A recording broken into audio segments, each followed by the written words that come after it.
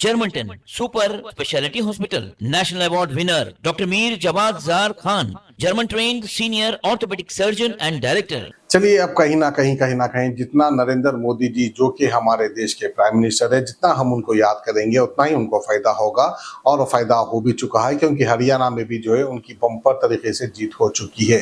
इसलिए कहते हैं कि बार बार मोदी जी को याद करना चाहिए, उनका साथ देना भी चाहिए, बड़े ही अच्छे इंसान है।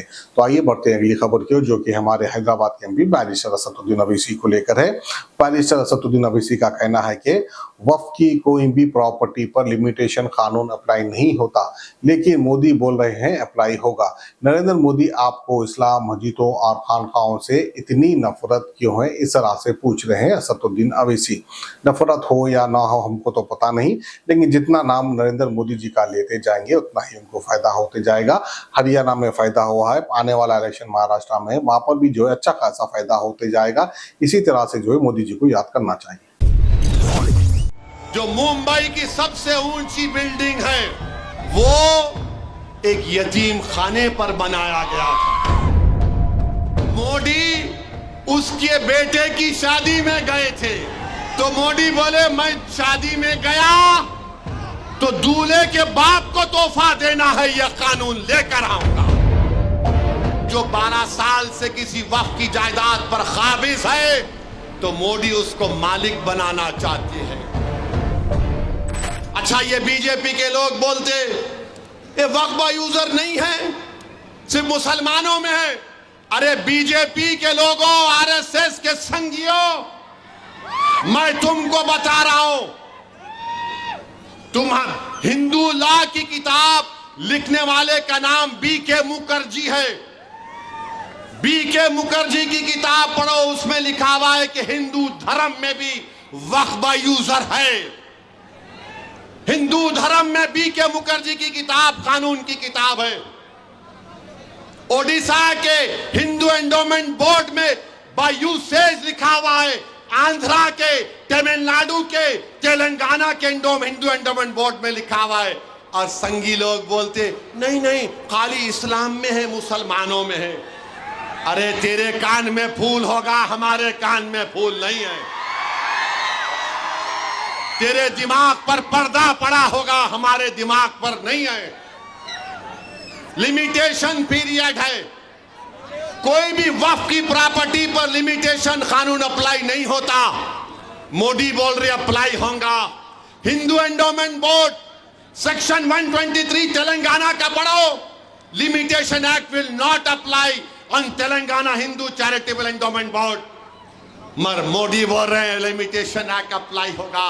क्यों अप्लाई होगा?